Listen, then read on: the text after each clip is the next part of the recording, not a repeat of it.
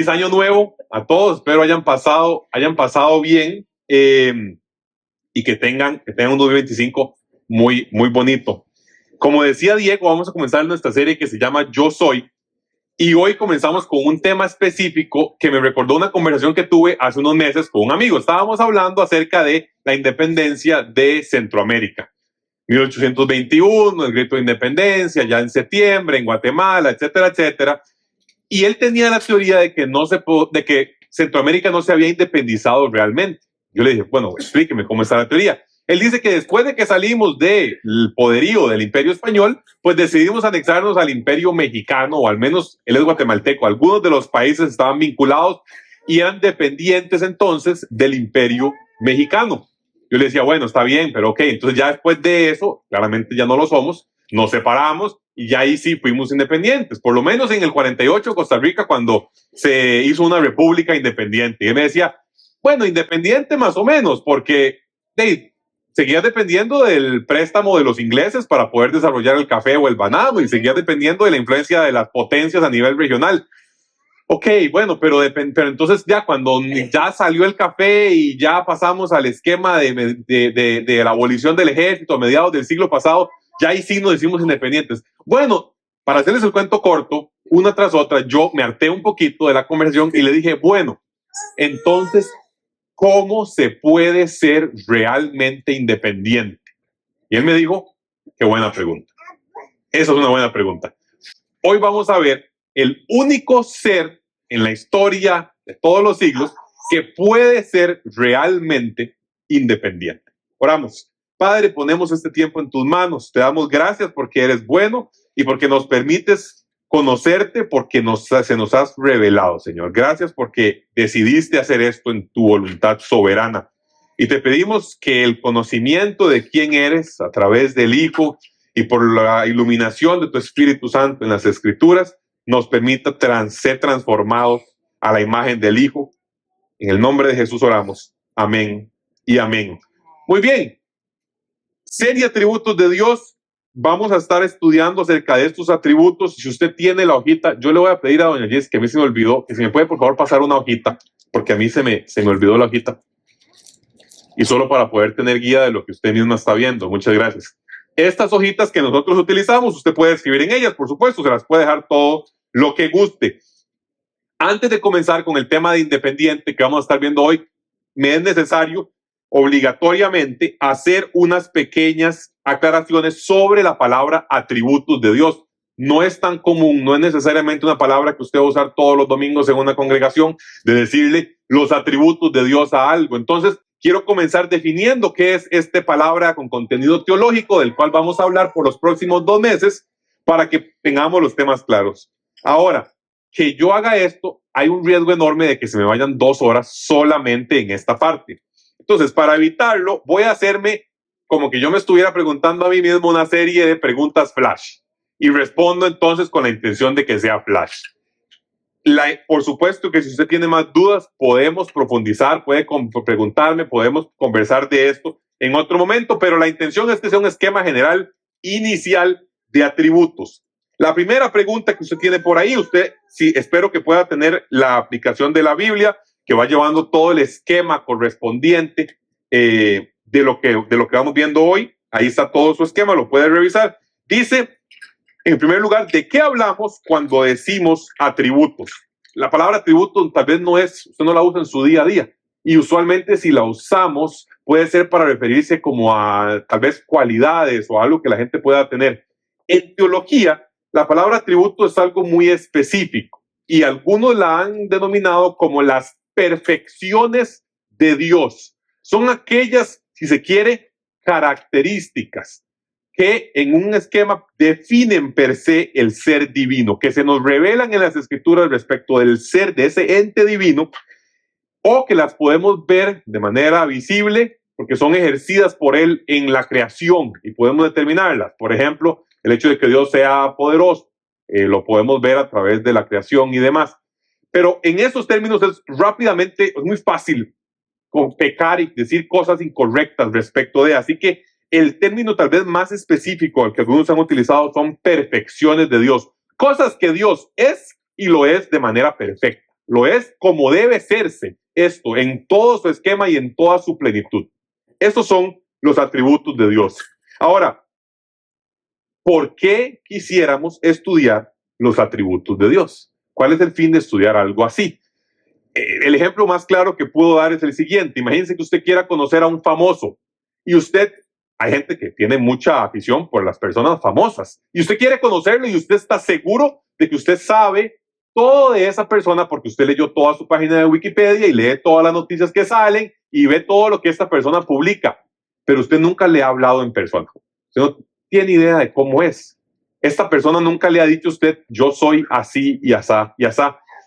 De ser esa su forma de conocer a este famoso, usted está en un gran riesgo de tener una idea que sea errónea. Piense en cualquier famoso, o sea, piense en cualquier persona que usted cree que es ABC y que resulta ser que no necesariamente lo es. Con Dios tenemos el riesgo de que nosotros conozcamos a Dios con base solo en lo que se nos ha contado acerca de, pero que no lo hagamos con base en lo que Él mismo dice acerca de quién Él es. Esto entonces nos obliga a que sea mucho más valioso, infinitamente más valioso, conocer a Dios por quien Él es que por lo que la gente dice de Él. Sobre todo porque, a diferencia de los seres humanos, Dios no va a decir nada falso respecto de sí mismo. Usted y yo podemos tener percepciones un poquito incorrectas y tal vez creer que somos más importantes de lo que somos.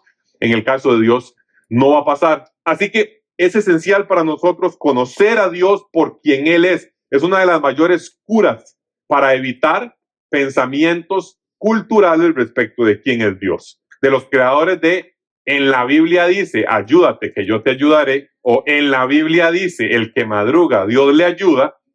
De estos creadores puede venir, es que Dios es, y luego una descripción, o yo creo que Dios es, y luego una descripción que no necesariamente calza. Así que si vamos a escuchar a alguien hablar de Dios, que sea Dios mismo. Número 3, ¿cómo conocemos esos atributos? ¿Y cómo los clasificamos? Los conocemos, los podemos conocer parcialmente y de manera leve a través de la creación. La creación nos revela ciertas características de Dios, sin duda alguna. Y hay algunas que podemos ver tal vez con cierta falibilidad. O sea, las personas, como dice Romanos 1, pueden ver ciertas cosas de Dios con solo ver las montañas y ver el cielo y ver un atardecer y demás cosas. Pero eso da un conocimiento limitado. Sin duda alguna, el conocimiento más profundo que podemos hacer, y esto no debería venir como una sorpresa para nadie que haya estado en esta congregación por un tiempo, está en este libro. En las Escrituras conocemos con el detalle más elevado lo que Dios quiso revelar acerca de sí mismo. Y por ende, entonces, es en las Escrituras donde los conocemos. En cuanto a clasificaciones, solo voy a hacer una aclaración muy rápida. Tradicionalmente se han dividido. Las clasificaciones son buenas, útiles o inútiles, no necesariamente correctas o incorrectas. Por ejemplo, si yo divido todas las personas aquí en hombres y mujeres, es bastante útil. Si los divido en pescados o frutas, es nada útil esa clasificación. Entonces, esta clasificación, que es muy seguida en teología, es dividirlos entre lo que se llaman atributos incomunicables y comunicables. Esas son palabras de domingo para decir cosas que Dios nos transmite y cosas que Dios no nos transmite. O sea, cosas que nosotros podemos tomar en menor medida que Dios, por supuesto, ser como Él en esa característica, y otras en las cuales no podemos ser como Él. En enero nos vamos a enfocar en los atributos incomunicables, o sea, todas estas cosas de Dios en las que realmente no podemos ser como Él. Voy a ponerle un ejemplo muy claro, infinitos. Nosotros no podemos ser infinitos. Solo Dios puede ser infinito y estar libre de limitaciones en cuanto a tiempo y espacio. Atributos incomunicables. ¿Cuáles son comunicables? Muy fácil. Dios dice, sean santos porque yo soy santo.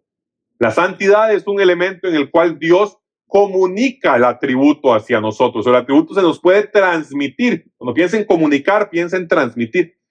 Para nosotros, para que entonces podamos decir, nosotros podemos, y no solo podemos, Dios nos llama a ser santos. Eso es un atributo comunicable. Claramente, en ningún atributo comunicable podemos serlo en la misma medida que Dios. Es imposible para nosotros ser santo exactamente a como Dios es santo. Ser buenos exactamente a como Dios es bueno. Ser justos exactamente a como Dios es justo. 4. ¿Con qué lenguaje se nos revelan esos atributos en las Escrituras? Piense que usted tiene un niño. de 2 años, de 3 años, y usted le quiere explicar el COVID en el momento en el que está sucediendo la pandemia, difícilmente un papá se va a poner a explicarle todos los detalles de COVID, del concepto de pandemia, de la realidad de la enfermedad, de la cantidad de muertes que estaban sucediendo en el país. Difícilmente. Un papá lo que le va a decir es, la gente se está enfermando y por eso hay que usar mascarilla y lavarnos las manos. Punto. ¿Y por qué? Porque el niño de 2 años, la capacidad de comprender la realidad de las situaciones del mundo es más limitada. Dios, de la misma manera, nos habla con lenguaje que nosotros podemos entender. Algunos lo han llamado, en palabras técnicas, lenguaje antropomórfico, o sea, cosas que los seres humanos pueden entender y utilizando cosas que para nosotros son evidentes. Ejemplo, Dios le dice a Moisés, Moisés, no te puedo mostrar mi cara. Y si te muestro mi cara, mi rostro, te morís. Te voy a mostrar mi espalda.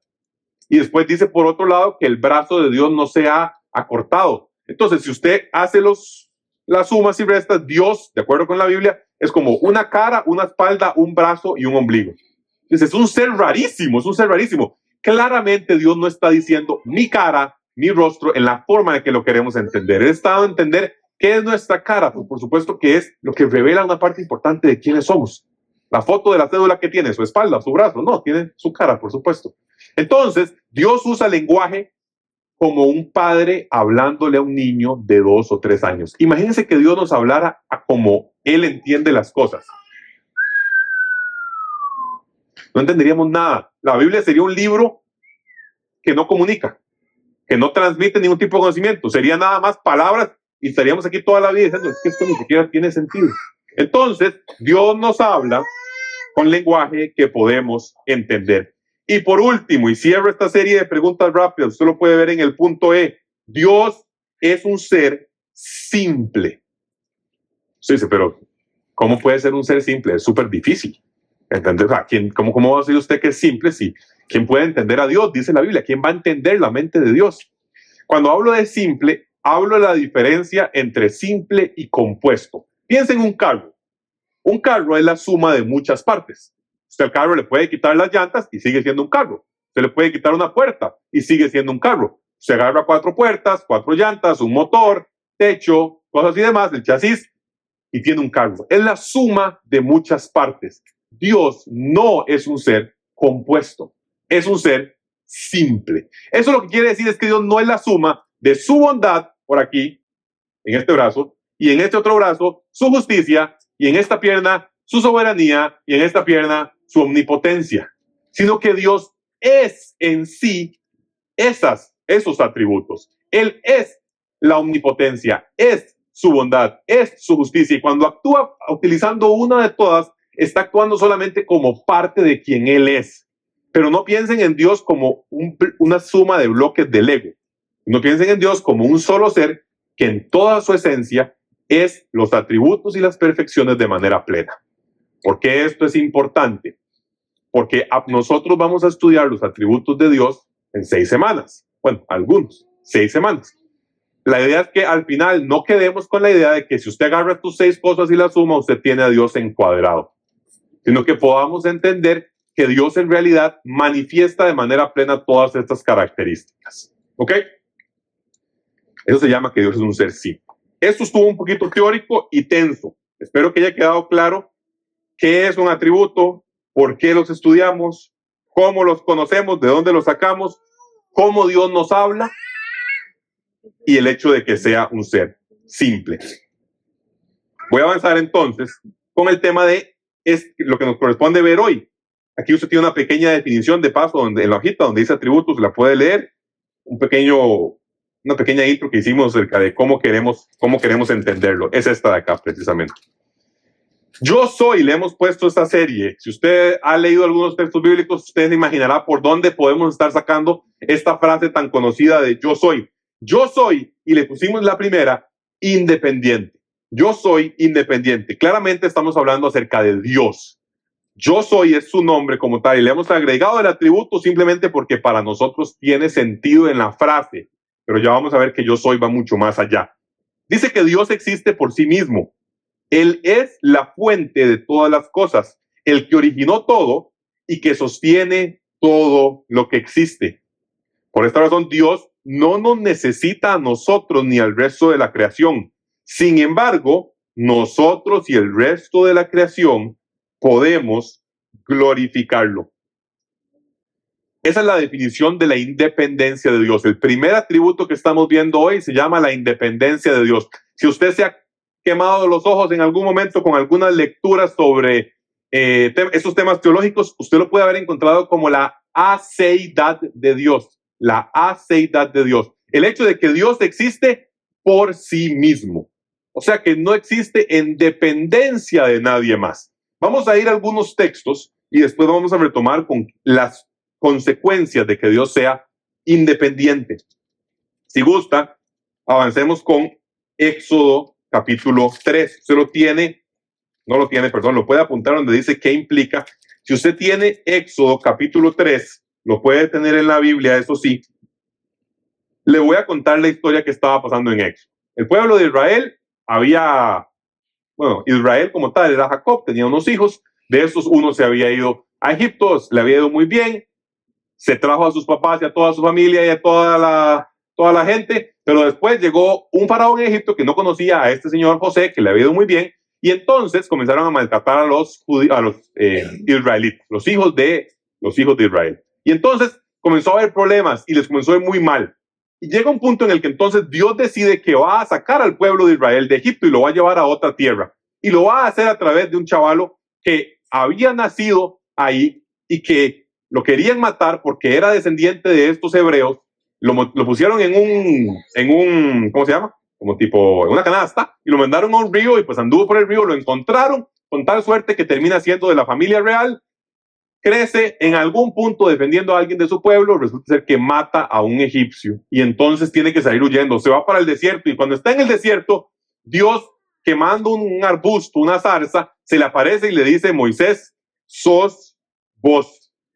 Y Moisés le dice: aquí estoy. Y le dice: no te acerques porque esto que estás viendo es terreno santo. Y le dice: yo te voy a usar a vos para que vos vayas y saques, le digas a Faraón que libere a mi pueblo.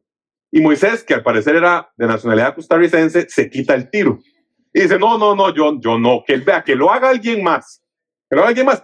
Ahí hay 3 chavalos. Yo los puedo ver trabajar mientras ellos trabajan y yo nada más los veo. Y se quita este, y Señor, claramente, Dios le dice: no, es usted porque le toca, porque sí, porque es usted. ¿Quién soy yo para presentarme ante el faraón? Le dice Moisés, y Dios le dice: yo voy a estar con vos. Bueno, está bien, ok, está bien, no importa. Y te voy a dar una señal, pero dígale. Y entonces, versículo 13, que usted lo tiene ahí, dice: pero Moisés insistió: supongamos que me presento ante los israelitas y les digo: el Dios de sus antepasados me ha enviado a ustedes. Si me preguntan: ¿y cómo se llama? ¿Qué les respondo? Yo soy el que soy, respondió Dios a Moisés. Y esto es lo que tienes que decirles a los israelitas: yo soy, me ha enviado a ustedes. Además, Dios dijo a Moisés: di esto a los israelitas: el Señor, el Dios de tus antepasados, el Dios de Abraham, de Isaac y de Jacob, me ha enviado a ustedes. Este es mi nombre eterno.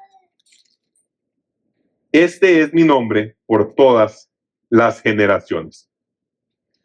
Y de ahí, por supuesto, sacamos la palabra o el título de esta serie, que se va a llamar Yo Soy. Es de cuando Moisés le dice: pero dígame, yo entiendo a Moisés.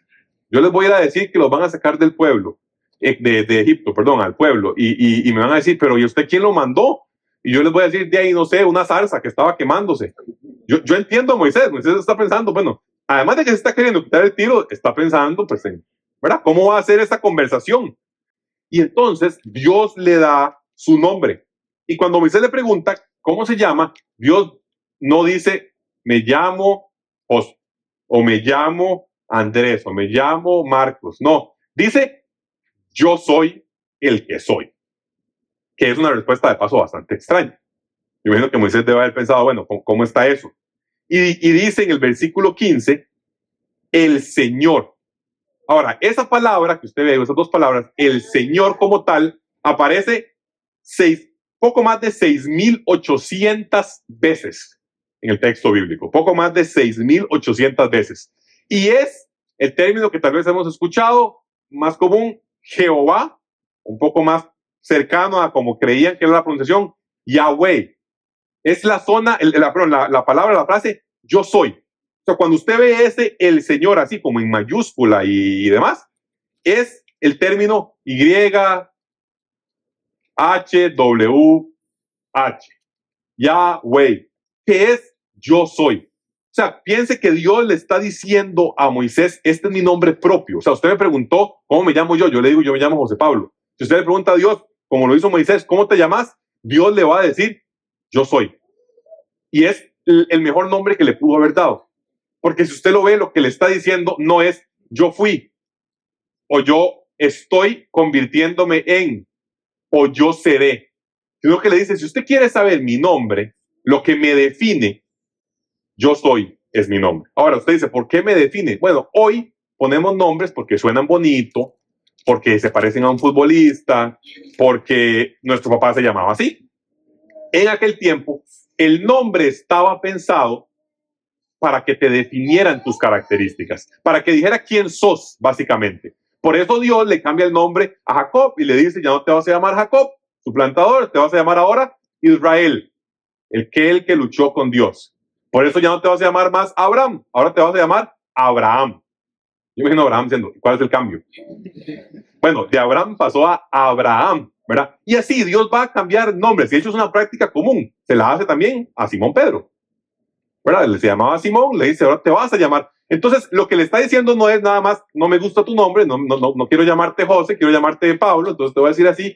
No, sino que le está diciendo, quiero que el nuevo nombre tenga contenido respecto de quién eres. Eso es la realidad del nombre. Por eso muchas veces en la Biblia vemos la frase, en el nombre de tal cosa, en el nombre de Dios, tal cosa. No está diciendo que porque se llama tal, sino en su reputación, en quien Él es. Ese es el nombre. Entonces, cuando Dios tiene que escoger un nombre para sí mismo, algo que defina quién Él es, escoge nada más que la frase más plena y más eterna y más perpetua que pudo haber escogido, que era yo soy. Usted me pregunta quién soy. Yo no tengo principio, no tengo fin. Yo nada más soy. Siempre he sido, siempre seré, pero yo nada más soy. En cualquier momento de la historia, yo soy.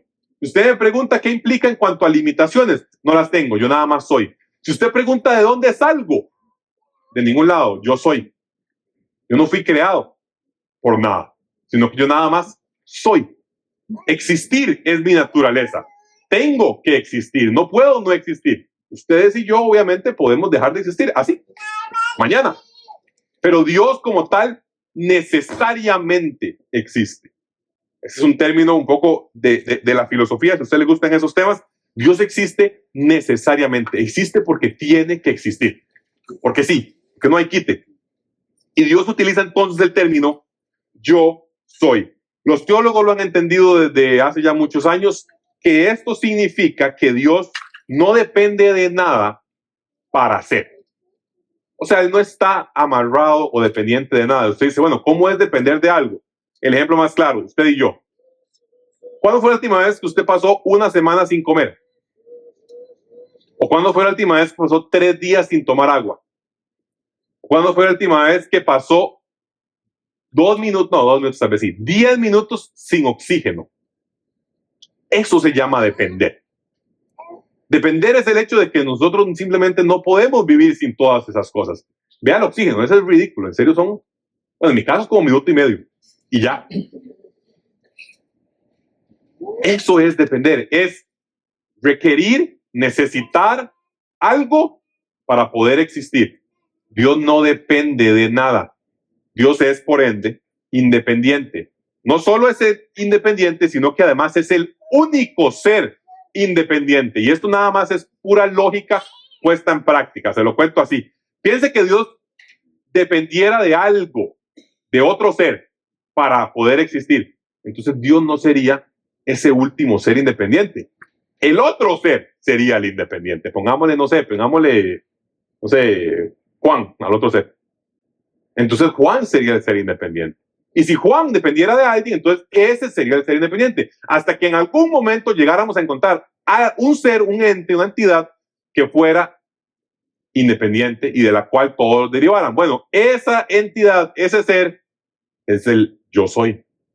Es el que nosotros conocemos como Dios. Ese es el ser del cual depende todo lo demás. Entonces, cuando usted sube toda la cadena, termina llegando a Él. Dios es independiente, a diferencia de nosotros. Sin embargo, si usted avanza conmigo en la aplicación de la Biblia, tenemos Juan 5, donde Jesús está hablando de algunos temas vinculados con la vida eterna y la resurrección. Y ve qué interesante.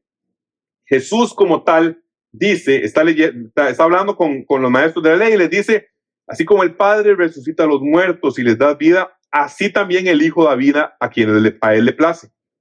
Además, el Padre no juzga a nadie, sino que todo juicio lo ha delegado en el Hijo, para que todos honren al Hijo como lo honran a Él. El que se niega a honrar al Hijo no honra al Padre que lo envió. Les aseguro que el que oye mi palabra y cree al que me envió tiene vida eterna, no será juzgado, sino que ha pasado de la muerte a la vida. Les aseguro que ya viene la hora y ha llegado ya en que los muertos oirán la voz del Hijo de Dios y los que la oigan vivirán. Jesús está hablando de vida eterna y está hablando en los siguientes versículos de resurrección. Pero ojo, este pequeño, no sé tan pequeño, este pie de página, si se quiere, este elemento adicional que Jesús deja en el camino, eso tiene en pantalla. Porque así como el Padre tiene vida en sí mismo, así también ha concedido al Hijo tener vida en sí mismo. Jesús lo que está diciendo es todo esto que ustedes han estudiado respecto del yo soy en Éxodo 3, mira que también me aplica a mí exactamente igual. Vida en sí mismo, piense, trate de darle un poco de cabeza a lo que puede significar vida en sí mismo. Yo no tengo que jalar vida en ningún lado. Si usted quiere la vida, la existencia, el estar vivo, procede de mí. O sea, yo mismo soy la vida, de donde sale la vida. Yo no dependo de absolutamente nada.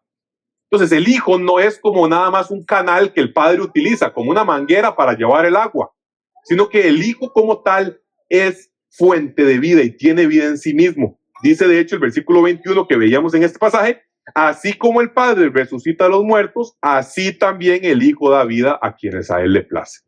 La idea básica es, Jesús no es un Dios de segunda categoría, como el que vino después de Dios. Entonces estaba Dios, el principal, y luego mandó a Jesús, y eso es como de segundo nivel para que termine de hacer lo que tocaba aquí en la tierra. No, comparte la misma cualidad exactamente que el Dios, que la deidad, que ese ente ser divino que vimos en Éxodo 3. Jesús entonces tiene vida en sí mismo, así como el Padre tiene vida en sí mismo. Ahora usted dice, ¿y esto qué significa? O sea, ¿qué implica? ¿Qué quiere decir todas estas cosas? Que tenga vida en sí mismo, que sea independiente, o sea, ¿qué cosas hay? Cuando yo era niño, usted siempre conoce al chiquito preguntón. Al chiquito, ¿por qué? Que para todo pregunta ¿por qué? Mi mamá, Señor, le recompensa enormemente, era usualmente el objeto de esas preguntas. Entonces yo era el niño que preguntaba que por qué avanzaba de tal manera el tren y que por qué dejaba ese sonido y que por qué. Entonces alguna vez le comencé a preguntar a mi papá que a qué le tienen miedo los ratones. No sé por qué, pero esa era una pregunta. Entonces al ratón le tenía miedo al gato. Muy buenísimo. 20 segundos me tomó hacer la siguiente pregunta. ¿Y el gato a quién le tiene miedo? Bueno, al perro. ¿Y el perro a qué le tiene miedo? Entonces ya mi papá ya comienza a ver por dónde va la cosa. ¿Verdad? Dice, si yo sigo este juego, se me va a hacer imposible. Yo imagino que en ese momento mi papá tuvo una brillante idea y dijo, yo tengo que crearle a este muchacho un círculo completo. Entonces dijo, bueno, a los coyotes. Ok, espero que tiene miedo a los coyotes. Claramente en mi vida he visto un coyote, pero está bien, los coyotes. ¿Y el coyote a qué le tiene miedo? No revise esto por exactitud biológica, no lo sé, pero es la historia de mi papá. Entonces, ¿a qué le tiene miedo el coyote? Bueno, el coyote le tiene miedo al tigre. ¿Y el tigre a qué le tiene miedo? Al león. ¿Y el león a qué le tiene miedo? Al elefante. ¿Y el elefante, adivina a quién le tiene miedo? Al ratón. Claro, círculo completo. Yo, con mi cabeza TOC, obsesivo compulsivo, de 5 años, me imagino de haber sentido una satisfacción enorme de pensar que nada más, si usted agarra un animal a lo largo del círculo, pues logra entonces cerrar completamente. Ya, imagínense que eso fue un martes. Ya, me voy para mi cuarto, juego con carritos de Hot Wheels o lo que sea. Al rato llego y le digo, ¿y yo de dónde salí? Bueno, se salió de su mamá y de mí, y de mi papá. ¿Y ustedes? Y ya mi papá dijo, aquí sí se me va a complicar la cosa. Porque ¿cómo le hago ese círculo, verdad? Ya mi papá dijo, claro, porque, bueno, de sus abuelos y mis abuelos, para hacer el cuento corto, eventualmente, bueno, de Adán y Eva. Y Adán y Eva de Dios. Y esta es la pregunta esencial para hoy. ¿Y Dios de dónde salió? Yo no recuerdo qué me dijo mi papá. No sé si se metió a buscar así temas teológicos profundos o nada, me dijo, chamaco, deje de preguntar cosas que no entiende. Pero si usted lo ve, esa es la pregunta que nos estamos haciendo hoy con estos textos. Obviamente la respuesta correcta es, la pregunta está mal. ¿De dónde salió Dios? Asume que hay un origen para él.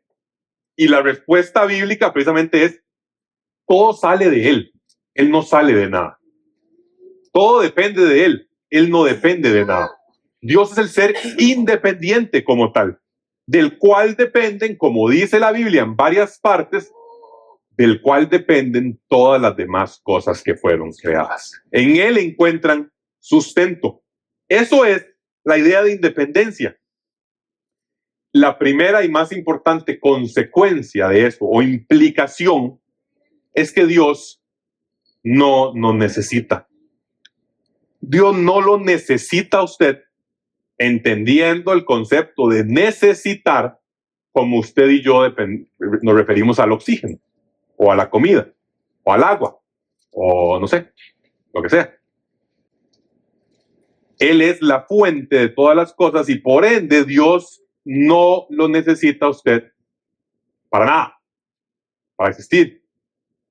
Usted no es, ni yo, algo de lo que Dios haya hecho porque necesitaba hacerlo.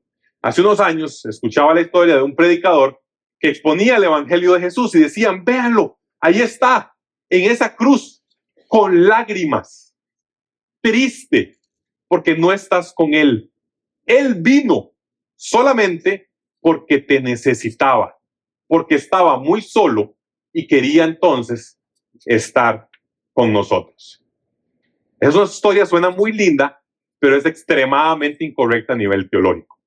Esa puede ser que sea la serie de historias que nos hace hoy, en el siglo XXI, creer en serio que Dios nos necesita o nos necesitó. ¿Sabe por qué Dios no nos necesita o no nos necesitó para crearnos?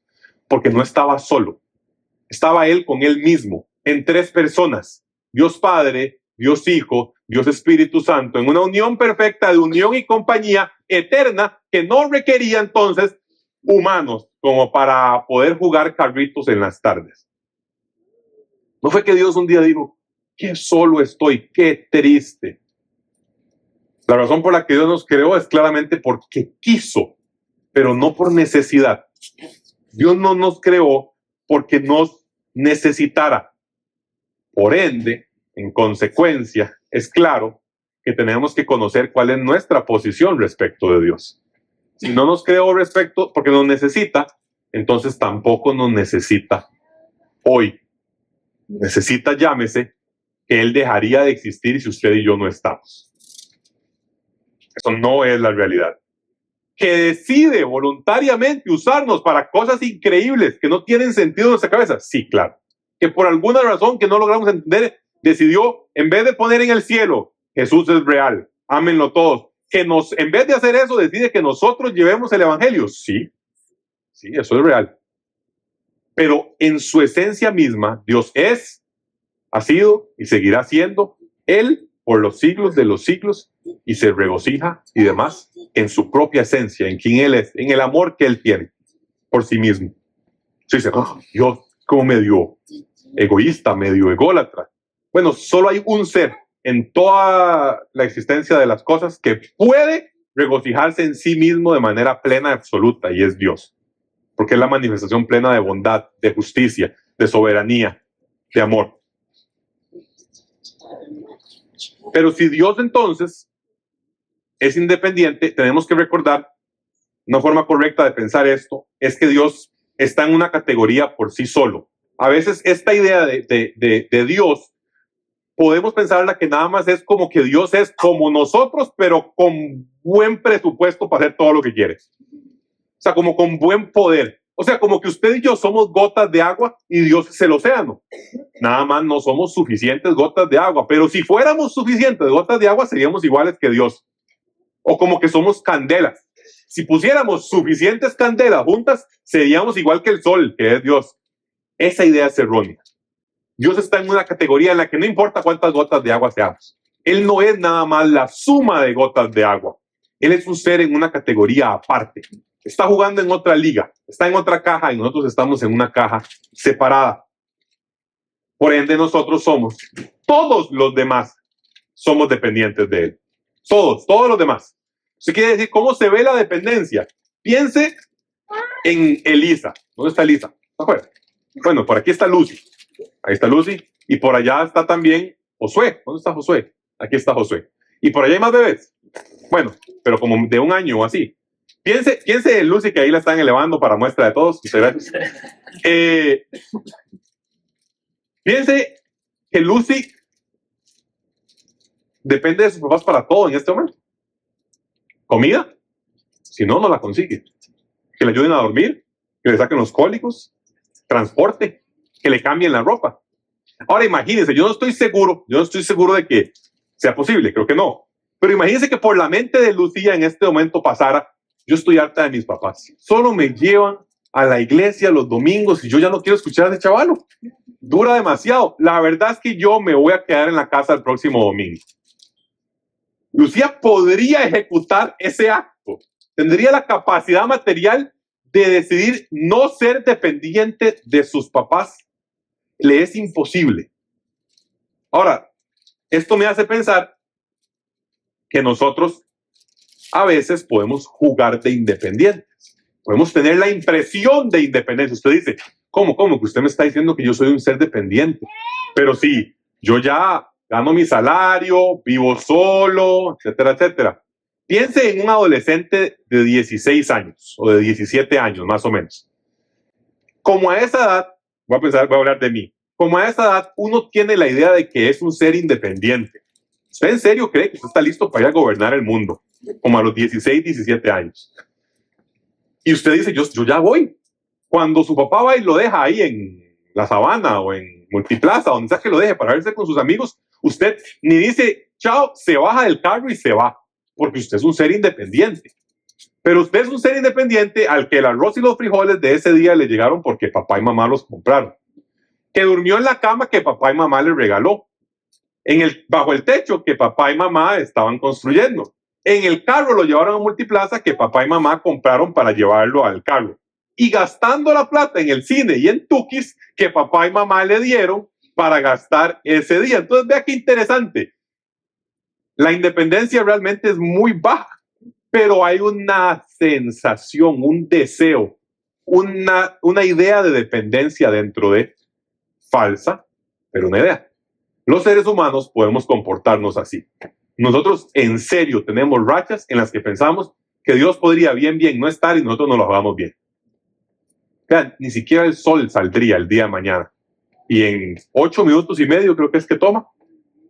No hay luz, no hay calor, nos fuimos todos. O sea, no toma ni medio día que nos congelemos todos y se acabe. Así que cuando usted tenga esas ideas de independencia, nada más recuérdese a sí mismo lo que pasa si come patí a la salida del estadio, de esos que cocinan con aprobación del Ministerio de Salud, sin duda alguna. Tom's, no, yo no iba a decir la marca, pero sí, exactamente.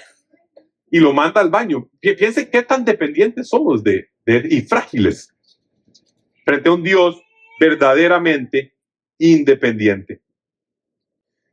Si usted apuntó temas ahí donde dice qué implica, quisiera nada más avanzar hacia el tema de las aplicaciones. Donde usted ve ahí dice, en la hojita hacia el otro lado, dice aplicaciones. Todos hacemos propósitos de año nuevo.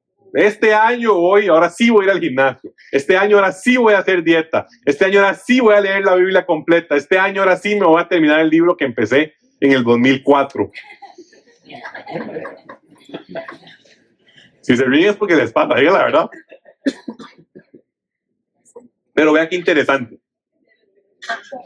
La frase Dios no nos necesita puede ser una frase que le genere un severo dolor en el corazón a este siglo, a esta sociedad en la que vivimos. Pero vea qué interesante, a pesar de que Dios no nos necesita, como dice la hojita del otro lado, nosotros y el resto de la creación podemos glorificarlo. Y ese es un tema casi que está difícil de comprender. ¿Cómo es posible que Dios no nos necesite, pero podemos glorificarlo? Bueno, Isaías capítulo 43, versículo 7 dice: llamaré a todos los que he creado, a los que he creado para mi gloria. Dice Dios hablando en Isaías capítulo 43. Entonces, vea que parece como un sinsentido, pero es cierto. Ustedes y yo podemos glorificar a Dios, podemos darle gloria, podemos reconocer lo glorioso que es.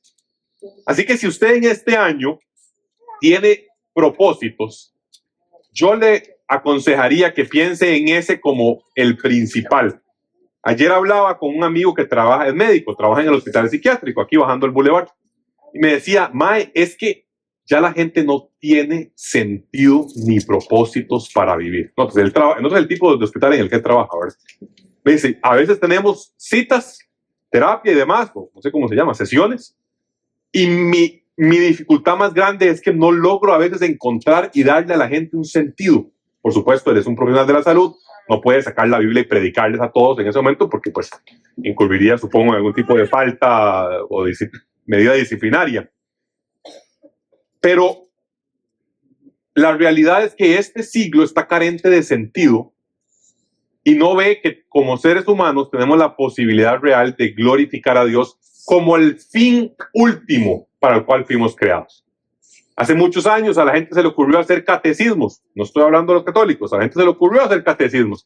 La iglesia protestante también lo ha hecho. Y en una de las preguntas de uno de los catecismos más famosos dice: ¿cuál es el fin principal del hombre?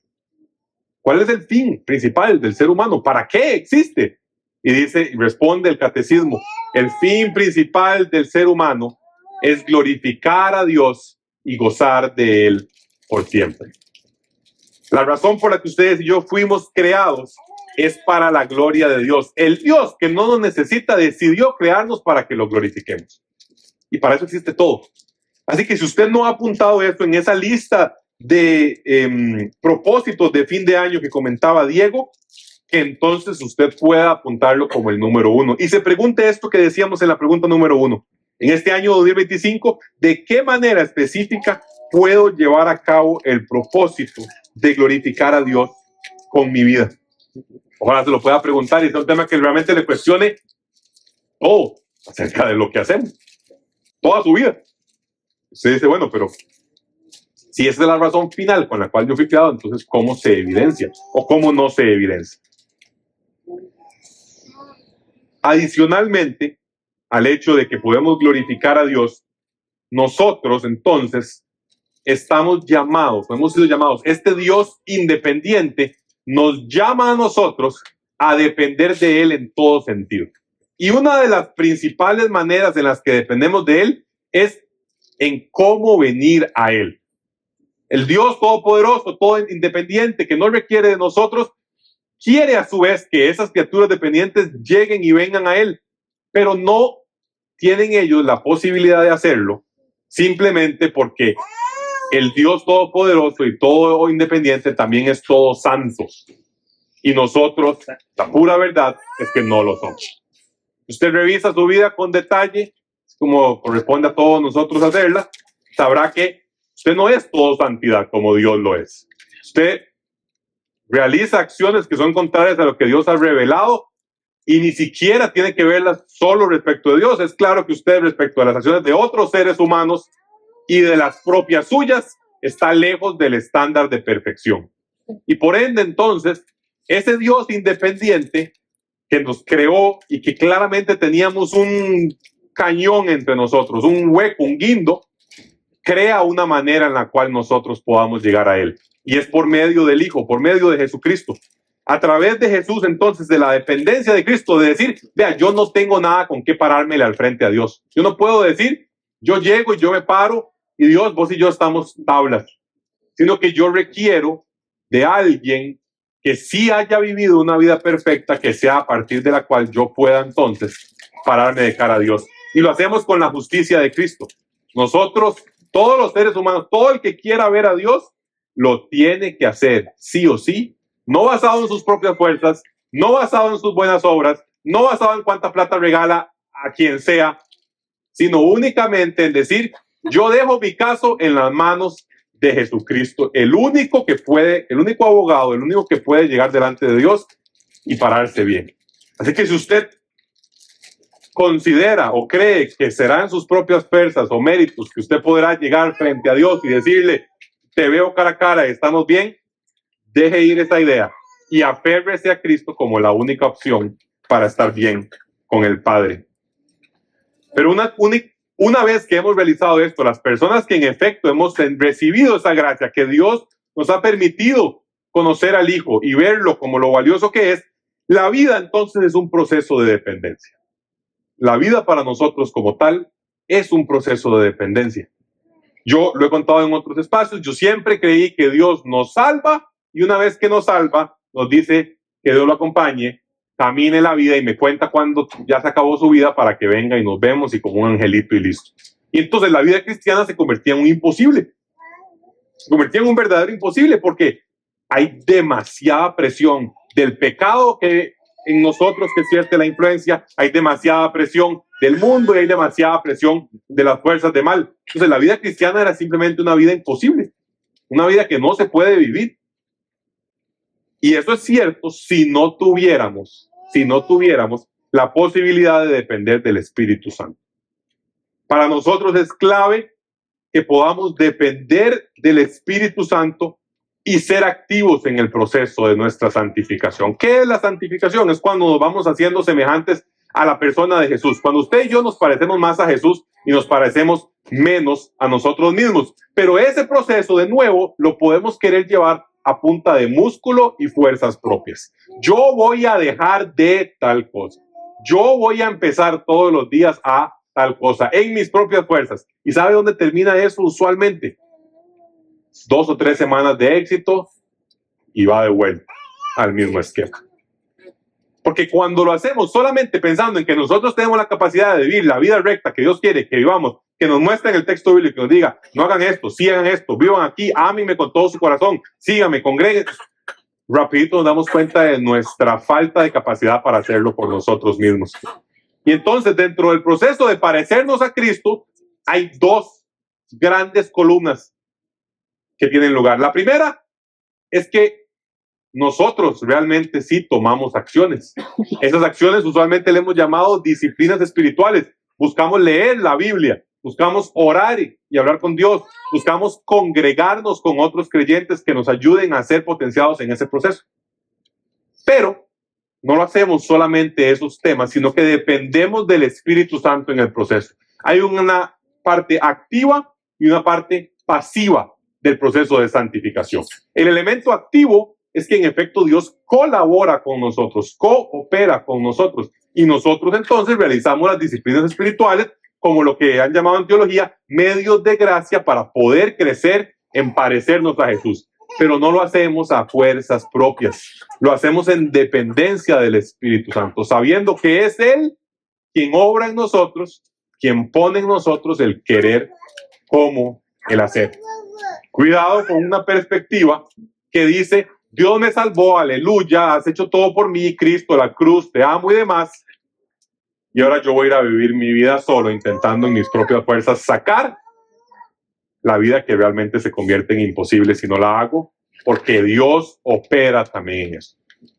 Sí, Dios nos salva, pero también colabora con nosotros en el proceso de parecernos más a Él, de vivir la vida.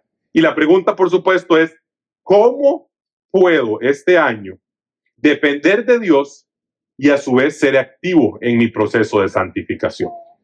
Entonces, que la pregunta está intentando diagnosticar en el interior de nuestro corazón cualquier posibilidad de carencia.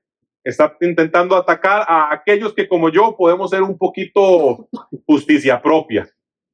Y yo me la juego solo. En esa, la primera parte de la pregunta es esencial. ¿Cómo puedo depender de Dios en el proceso de santificación? La segunda parte de la pregunta está atacando a aquellos que pueden ser tal vez un poquito más. Yo dejo a Dios y me entrego. Y aquí me quedo sentadito viendo Netflix. A ver, Dios, santifícame. Bueno, no hubo mucha santificación hoy. Y no hay una parte activa. Bueno, esa parte de la pregunta, la segunda parte está pensando en aquellos en que realmente el texto bíblico no es relevante. No hay comunidad con otros creyentes. No hay oración durante el día o durante los días con las personas. No buscamos medios de gracia para esto, de los cuales Dios nos ha dejado. Así que diagnostique su corazón, revise su corazón y diga, o tal vez son las dos, o tal vez son ninguna. Difícilmente es la última opción. Pero ojalá usted pueda revisarse a sí mismo, pedirle a Dios, como David en el Salmo 139, examíname. Y permíteme ver si estoy jugándomela solo o si nada más no estoy haciendo nada para buscarte. Y por último, entonces, si hay un área de su vida específica en la que usted dice, yo sí que ahí estoy luchándola y debo ser hecho a la imagen de Jesús. Posibilidades, 1,000,000. El trato con sus hijos, la crianza de los hijos, la paciencia en el proceso de criar hijos, el trato con la esposa, la idea de amor, la idea de sacrificio si corresponde también, hombres, la idea de honra también y respeto si corresponde también, mujeres.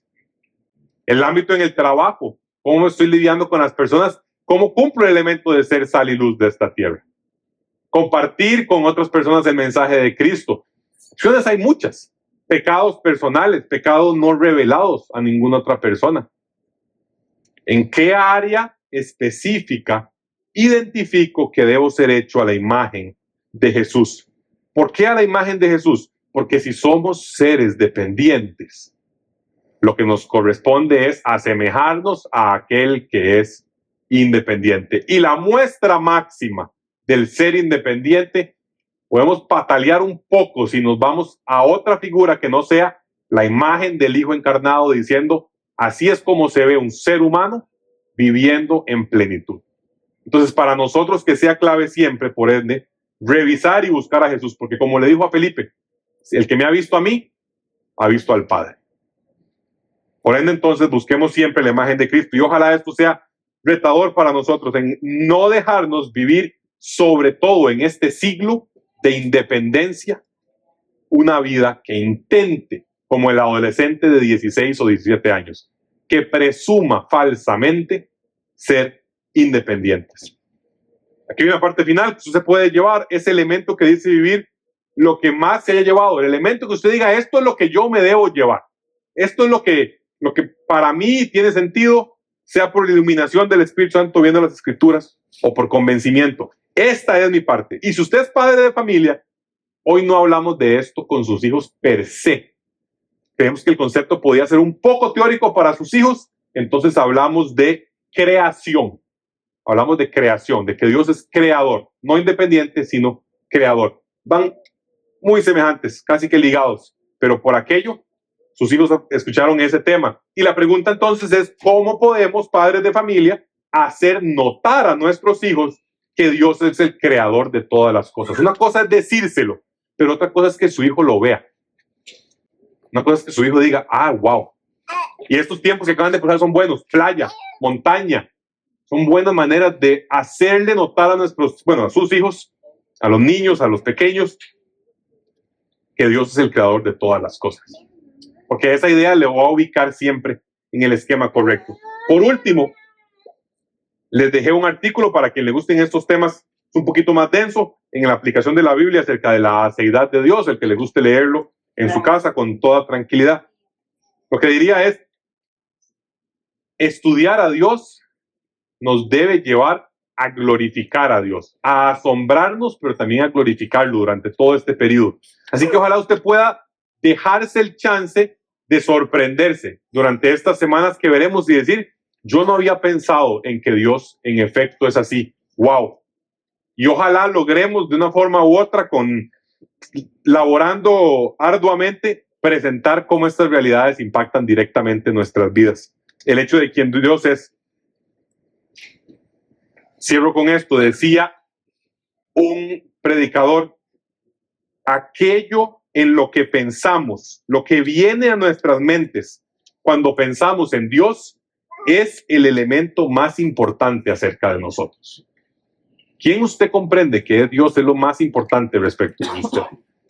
Porque define si estamos hablándole y adorando y pensando al Dios verdadero o a una sombra, una proyección nuestra de quién es Dios.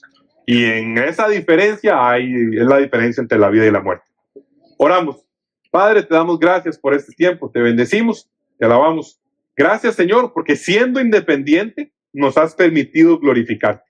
Siendo independiente, Señor, no necesitándonos, has decidido crearnos y has decidido que te podamos conocer, el mayor de nuestros gozos, glorificarte y gozar de ti, Señor, para siempre.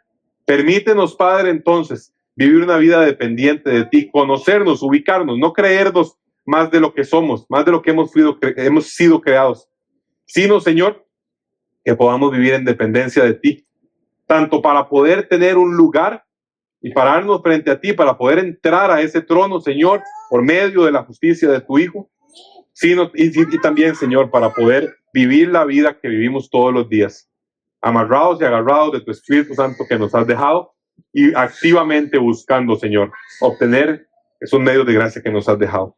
Oramos, Señor, te pedimos todo esto en el nombre de Cristo Jesús. Amén.